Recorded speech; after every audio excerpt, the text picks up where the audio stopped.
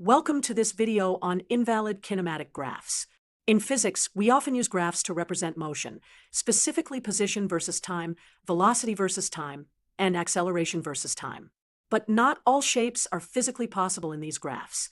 Today, we'll explore some invalid graphs and understand why they can't represent real physical motion.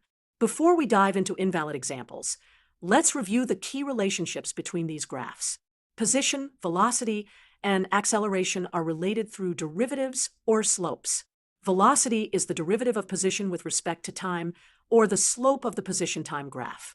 And acceleration is the derivative of velocity with respect to time, or the slope of the velocity-time graph.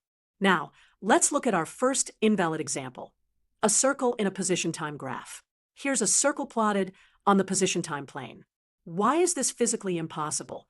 For a circle, at certain points, there are multiple position values for a single time value, which violates the basic principle that an object can only be at one position at any given time. Additionally, at some points, time would have to go backward, which is physically impossible. Time always moves forward. Our next invalid example is a vertical line in a velocity-time graph. Let's plot a vertical line on the velocity-time plane. Why is this impossible? A vertical line would mean an instantaneous change in velocity, which would require infinite acceleration. In the real world, acceleration is always finite, so velocity cannot change instantaneously. It always takes some time to change. Our third invalid example is a discontinuous function in the acceleration time graph. Let's consider a step function in the acceleration time graph, where acceleration jumps from one value to another instantaneously. Why is this physically unrealistic? In real physical systems, acceleration changes are caused by forces, and forces typically cannot change instantaneously. There's always a short transition period, even if it happens very quickly. The rate of change of acceleration is called jerk, and instantaneous changes in acceleration would require infinite jerk, which is not physically possible. Our fourth example is any closed loop in a position-time graph. Here's an example of a loop in the position-time plane. Similar to our circle example, this is impossible because, first, it would require time to move backward, which violates causality. Second, at certain time values, the object would need to be at multiple positions simultaneously, which is physically impossible.